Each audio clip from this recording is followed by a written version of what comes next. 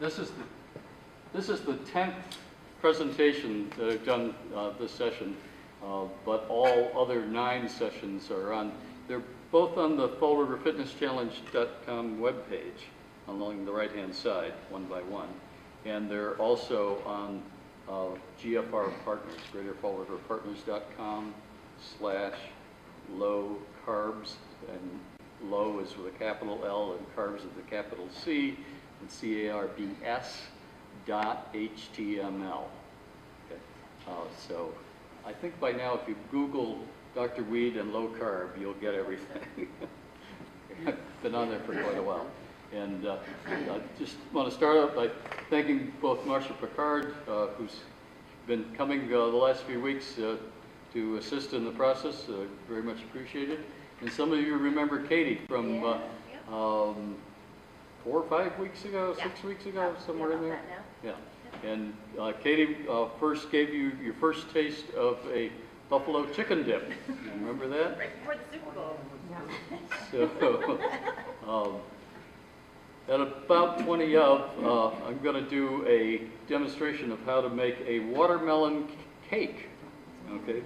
Because we're going to talk about sugar, and the next thing that's going to happen is you're going to walk out of here and go to some party somewhere, right?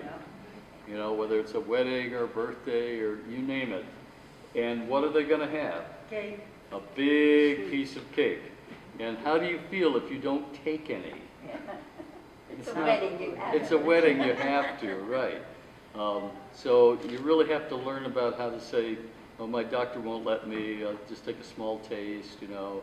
I'll take a little piece and then I'll share it with 3 other people. Okay. I have a picture of me at a party having 1 little spoonful of cake. Because what's the problem with cake? Sugar. It is sugar. And if you look on the web as I did, you'll find that the carb content of cake, birthday cakes, those kinds of things, goes anywhere from about 30 grams of carbohydrates per serving up to, I found one with 91, okay? I mean, it's just loaded with sugar. And of course, we're all told that it's not the sugar, it's the fat, and of course there's some fat in cakes, and that's what people fear. They got it all wrong. Okay. How many people have not been here before? Anybody never been to one of these groups? You've all been here? So you know I'm not a physician, I'm not making medical recommendations. Let's zoom through the next few slides because they don't need to see them. We all know that fat is not the problem. In fact, fat is the solution. Okay, it's a matter of putting more fat back in your diet and cutting the carbs. Next slide. And we find that in low-fat products, they're always replacing the fat with sugar, so it gets worse and worse. So you find low-fat products, it's the worst thing you can eat. Just eat the regular stuff, okay? You'd be far better off. And we know that fat keeps us from getting hungry, which is why we talk about how to lose weight or maintain your weight at the same level. My weight hasn't changed in 5 years, but I eat till I'm full. I'm not on a diet, and what I do is replace carbohydrates with fats. So I keep carbs really low and fats much higher than most people will eat. But when you find out that, remember, fat doesn't make you fat, carbs do. A lot of people have begun to think of sugar in a lot different way than we used to think of it. Normally we think of sugar as pretty benign. After all, we give it to our children. We celebrate with sugar all the time. All of our holidays are based around sugar. And we think, you have some sugar. If I gave you some sugar right now, would you fall over and get sick or die? It's a gradual thing.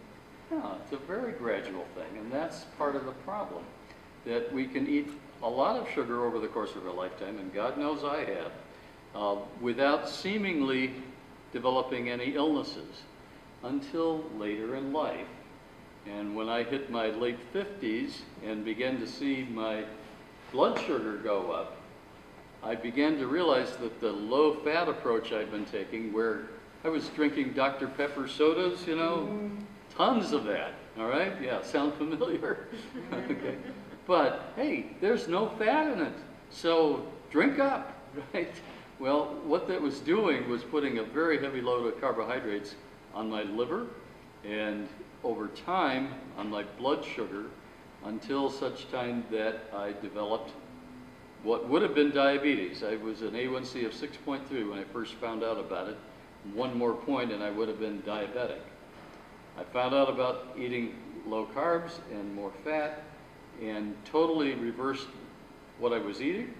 And now my A1C level is 5.1, which is essentially normal, and that's without any medication.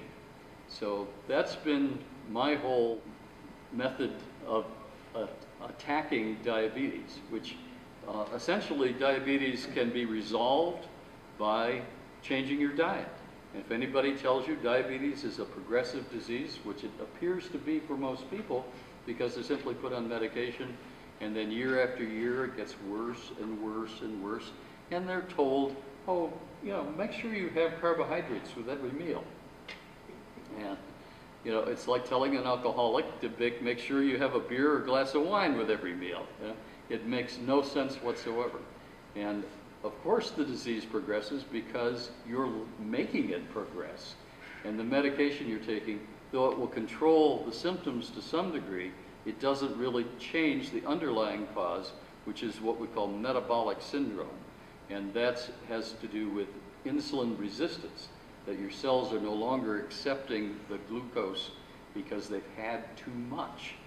So you can continue to try to stuff sugar, glucose into your cells to make more fat, or you can simply stop giving your body so much sugar to begin with.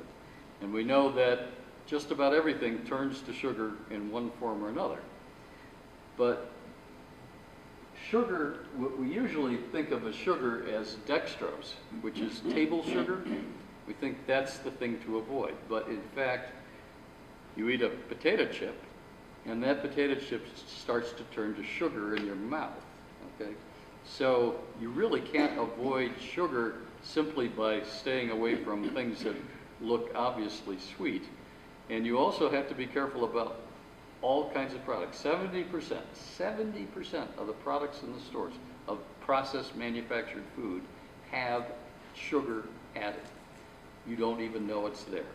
Okay? You go to McDonald's, not only does the bun have sugar, the meat has sugar in it. Okay? We have developed a taste for sugar in this country that essentially demands that everything we eat be sweet in one form or another. So sugar is a real problem in our culture. Of course, the Sugar Association will tell you there's no clear and consistent evidence between increases in intakes of sugar and body mass index. So sugar doesn't increase your weight. Oh, that's nice to know. Bob Lustig, who's down here, if you ever get a chance to, if you want to watch a really intense video, it's about 50 minutes long.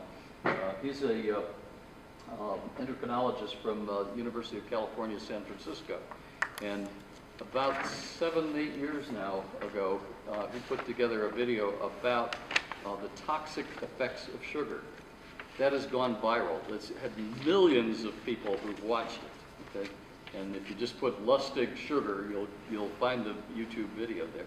It's pretty technical in a lot of ways, but he's basically making the case that sugar is a special form of carbohydrate because half of sugar, dextrose, is fructose.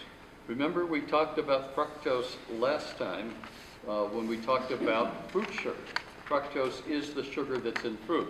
And remember I said that most sugar gets digested in your gut, but fructose is the one sugar that gets metabolized in your liver.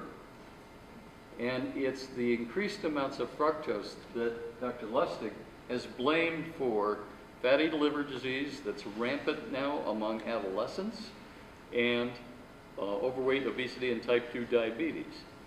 And more recently, just last December, my buddy Gary Taubes, who's a science journalist who really kind of kicked off this whole low-carb thing with a New York Times article saying, what if it's all been a big fat lie that fat causes heart disease and weight increase? When in fact, Gary and others have really zeroed in on sugar as the primary cause for any kind of both weight gain and diabetes in particular. And you've seen charts that show that when we started recommending that people eat carbohydrates and lower their fats, that's when the incidence of overweight and diabetes both skyrocketed. Okay? You get a chance, pick this book up or get it from your library and read it, The Case Against Sugar by Gary Taubes, and I'll pass it around so take a look. It's a bit technical in some ways, but he really makes the whole case historically for why we're in the mess we're in, particularly over the last 40 years, and why we have seen an epidemic, not only in this country, but worldwide, in the use of sugar.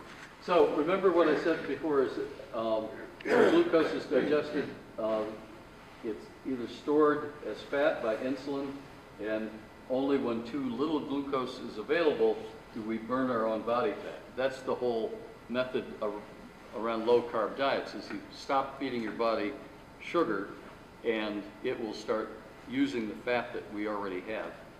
Sugar consumption between 1965 and 2000.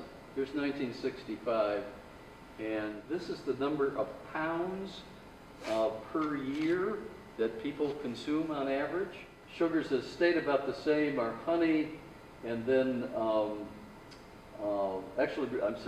refined sugar has gone down, while high fructose corn syrup has gone up considerably.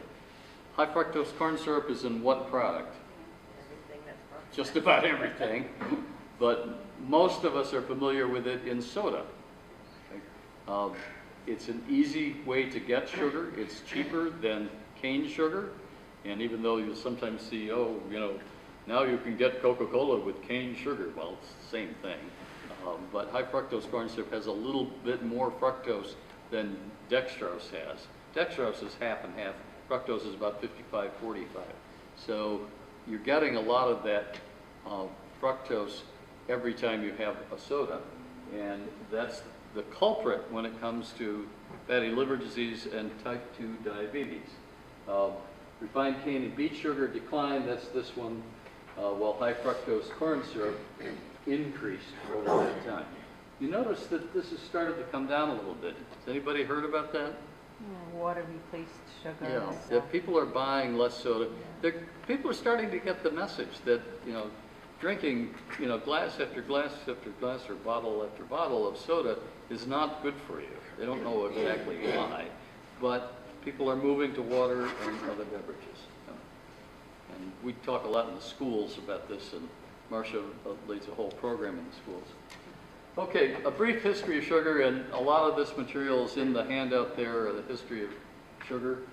Just so you understand, it's a very old product, but it was very rare when it was first grown.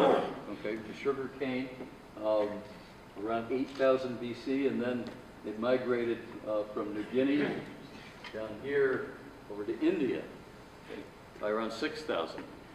Did a lot of people have a lot of sugar then? No. No. The only people who had sugar were kings and princes and people who had lots of wealth. The average person got no sugar, and about the only sugar people at that time would be familiar with would be the sugar in honey or berries. Okay? But when you think about it, are you able to get honey easily? No. You know, and can you eat a lot of honey?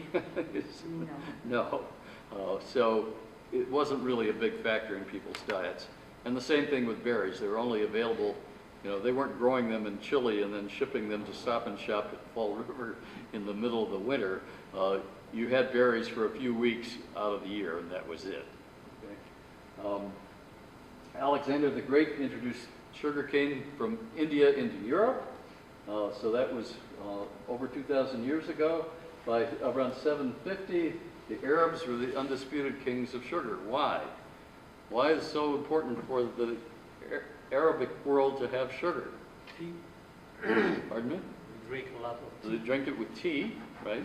But more importantly, sugar was a commodity that was like gold. Okay, and if you had control over sugar and the sales of sugar, you can earn a lot of money. Okay, so it was important to be able to have access to sugar. Sugar was considered more of a condiment, something you would have on occasion, and like I say, if you're wealthy. But apothecaries sold it as a cure for coughs, cold, melancholy. You know, so you would have it only when you were sick. I guess people would want to get sick then, so they could have some sugar. Well, finally, the Spanish and the Portuguese began growing sugar, and one of the guys that was very instrumental in this was our good friend Christopher Columbus. Some of you may think of him as Italian, but if you really know the story, it's Portuguese. Okay, nobody will tell you that unless you dig and you find that out.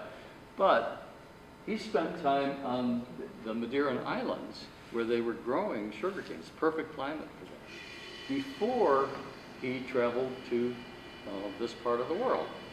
And within, I don't know, second or third voyage over to the Virgin Islands, Columbus was importing sugarcane and began the process of growing that in these islands because he knew that was great wealth. Some of the conquistadors came over for gold, but sugar was like gold in Europe, and he knew it. So if he could grow it here, he would become wealthy. The San Diego built sugar plantations and had the first slave rebellion.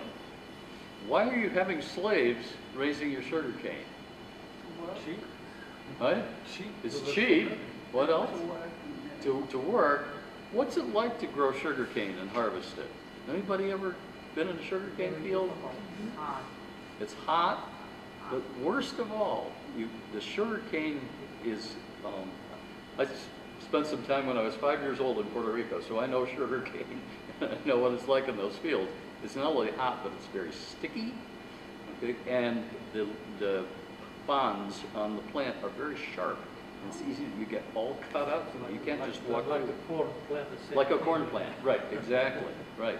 And in order to harvest it, how do you harvest these, 8, 10 foot tall sugar canes? Yep, with a machete, okay, which is a very sharp, long knife. And the way you do it is you hold the stalk and you whack the bottom of the sugar cane. And, well, if you are whacking all day long, what are you likely to hit? Your leg. Your leg, exactly. So they would have lots of injuries, okay? It was a horrible, I mean, slavery was bad enough, but to be forced to labor in a sugarcane field was the worst. That's bad. But there was a rebellion, and if you have guns and your slaves don't, how do you put down a rebellion? You just kill people, And that was the beginning of the kind of slavery that had never been seen on the face of the earth before. People were enslaved, the Greeks enslaved people. If you had a war, remember the Jews were enslaved by the Egyptians. I mean, slavery was not new, but this kind of slavery then was not the kind of brutal slavery that was practiced in these plantations. So it's a whole different story. And that, of course, got carried to the United States, and the rest is history. So 4 million Caribbean slaves worked on the sugar plantations in the 1700s. Huge numbers of folks. Queen Elizabeth I, not the current queen, okay, was so addicted to sweets that her teeth became rotted and her breath smelled awful. And people talked about that because she had these abscesses in her mouth because she was addicted to sugar. Well, she had complete access, she could afford it. And you began to see what the toxic effects of sugar are. Do we see those effects with sugar today? Where do we see in this room, 5 days a week, we have children, okay, who are exposed to sugar. And then we go over to Health First to their dental clinic, and find that we have kids who are 5 and 6 years old who have abscesses, decay, cavities, etc., and some with root canals. Okay, that is not from eating apples and bananas. Let me tell you, that's from eating sugar. Okay, and unfortunately, we've seen parents who put soda in bottles with little kids, and it sits parked in their mouth all day long. I mean, it's awful. I saw her mother dip a Pardon me? pacifier. I saw her mother Yeah, dip a pacifier in sugar and give it to her baby. absolutely. Right. Well, Sad. you begin to see that, and you begin to think differently about sugar. The rise of sugar coincided with the popularity of tea, chocolate, coffee, all of which had to have sugar with them, and then a network of cafes, etc. And in the United States, sugar became a controlled substance because of its cost and by putting tariffs on sugar, because everyone had to have sugar, so you put a tax or tariff on sugar. People had to pay it because they can't do without sugar. What does that begin to sound like? Does that sound like a food? Or does it sound like a drug? Yeah. And that's Bob Lutzig's whole view of sugar is that it's a toxic substance. It's dangerous to our bodies above certain levels. A toxin is, there are lots of toxins that we can tolerate. You can tolerate a little bit of arsenic, okay? But once it rises above a certain threshold, then it's toxic. It's poisonous to our body. Well, that's the case with sugar. Small amounts are tolerable. Larger amounts are not. Though we see some short-term effects with sugar in children, though it's kind of interesting, the research has kind of poo-pooed the idea that if you give sugar to a kid, they become hyperactive, run around. But what they didn't do was, in the experiment, was to not just remove sugar, but remove all carbohydrates, which turn to sugar. And once you take the carbs out of a kid's diet, then they don't get that spike of blood sugar, and then the crash happens. So, you'd think a product like this would not need any marketing, okay? Everybody likes sugar. We know that infants, like the infant you heard about with the pacifier, we are born liking sugar because it signifies in nature that it's a good food. It's not poisonous to us, okay? Things in nature that are sweet don't harm us, okay? So we like sugar, and we'll have sugar anytime we want. However, there's been pushback on sugar that some researchers have begun to say, maybe this isn't such a good thing for us.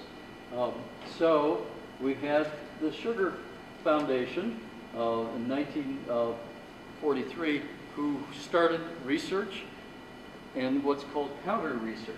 Grants to scientists, 7-figure ad campaigns, countered claims that sugar causes cavities, okay? That diet soda might be better for your health. They want to keep the sugar flowing. Does this sound familiar? Just like big tobacco, remember? Okay. Remember the ads with the doctors? Smoking is good for you. Okay. Same thing. The sugar industry has promoted this idea that there's nothing harmful about sugar, and they've gotten others like Coca-Cola on board to say that eating sugar, drinking sugar, it can be part of a healthy diet. It's just a matter of calories, right? Well, here's an ad. Reads, Jenny has been in orbit since breakfast time. From school, she rushed off to a Girl Scout meeting, a trampoline class, and then a pep rally. Jenny needs a sugarless energy soft drink like a beetle needs a hairpiece. 2468. What does she appreciate? Sugar. It quenches fatigue. Okay? So there you go. This idea that sugar is a natural, harmless form of energy. And if you want lots of energy, have lots of sugar.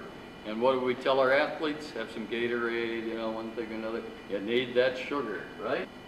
More recently, we just discovered, in fact, just last fall, that remember Ansel Keys, the guy who said that we shouldn't be eating fat? Well, he was behind some research along with the head of the new Harvard School of Public Health's nutrition unit, Fred Stair, were taking money from Big Sugar, the foundation, and made a point of doubting sugar's role in chronic illness. This is where we got this idea that fat was harmful for us and sugar was fine, because they were bought, the researchers were bought to publish articles that said we need to focus on fat. That's the killer substance, and sugar's not a problem, okay? So if you want to know the origins and you read Gary's book, you'll explain the whole thing. Let's finish up the next few minutes here so we can get to our cake. So we've seen sugar in all kinds of foods. I won't go through all the detail on this, but things like grape juice, which I always thought was healthy, grape juice, it's loaded with sugar. 75 grams. Green tea, like Sobe green tea, 61 grams. Mountain Dew, 46 grams. A Snickers bar only has 30, and a Yoplait yogurt, 28 grams. Okay, so you see the sugar in everything, including orange juice, applesauce. Marcia and her colleague did a whole program on school snacks and found product after product just loaded with sugar, many of which were advertised to either say healthy or look healthy on the label. So you can't believe what the food manufacturers are telling you. The lactose is a sugar in legumes. Okay, legumes are like peas and things. Dairy products and dried figs. It's a different kind of sugar than sucrose or table sugar, and then fructose, but they all have the same calories, the same energy that's produced from them. But glucose is the sugar in your blood, and it's present essentially in all carbohydrates. Fructose, as we said before, you only metabolize in the liver, and actually produces fat in the liver that is not good for you. But fructose doesn't cause insulin to be released, and that's a factor in how fructose does its damage. And just those are the fructose, glucose content breakdowns. There's grape juice. It's about 50-50 in most things, but then you get to sodas that have more high fructose corn syrup, then it's a higher percentage of fructose all the way down. Okay. UC Davis did a 12-week experiment, just 12 weeks, and asked the subjects to drink 25% of daily calories as sweetened beverages. Half of the group got glucose sweetened. Glucose is the other half of sugar, and the other got fructose. Both gained weight, but in fructose, drinking sugar, the liver produced more fat and visceral fat, and insulin sensitivity decreased. So the average American gets 16% of their energy now from sugary drinks. Next one. Non-alcoholic fatty liver disease now affects up to 30% of adults in the United States, and between 70 and 90% of those who are obese or have diabetes. Early on, non-alcoholic fatty liver disease is reversible. You simply take the fructose out, and that's what Bob Lustig found with the adolescents he was working with. He simply got them off soda, then their fatty liver disease resolved. They were no longer ill. If you have fatty liver disease, you're more likely to develop cardiovascular disease or die from it. And before I finish, I just want to mention that human cancer cells grow in glucose. Smell. Yeah. Yeah. Function. Yeah, and the other thing with artificial sweeteners in the packet form that a lot of people don't even think about is they assume it's a one-to-one replacement for sugar packets, and it's not. A Splenda is like 50 times as sweet as sugar. Right. So if you're used to putting 2 sugars in your coffee and you're like, I'm just going to put 2 Splenda in there, you're making it, you can't even taste how sweet it really is because your taste buds on your tongue can't process the level of sweet that it is. So you're just putting chemicals. So if you're going to use any of these, use small amounts. Right. Yeah, I would argue Yeah, that, so you know, it'll still you be may, sweet enough to may do better just using plain table sugar. You know, if you're just going to have a small amount, there's there's no necessity. If you're keeping your carbs low everywhere else, there's no necessity of avoiding a small amount of sugar if you need it from time to time. Either that or just take a coffee and cream, that's it. Yeah, Yeah. yeah.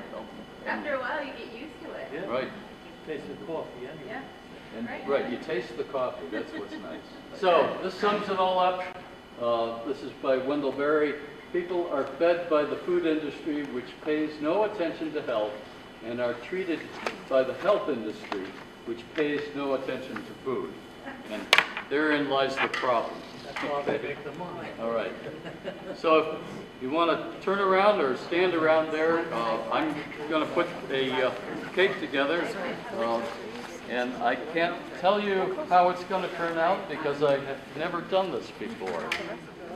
Okay, the whole point of this is to make something that's festive, that's a little sweet but not overly sweet. Watermelon has about 8 grams of carbs per half cup. Okay.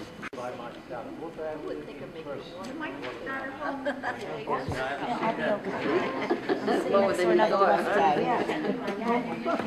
Another lefty, so.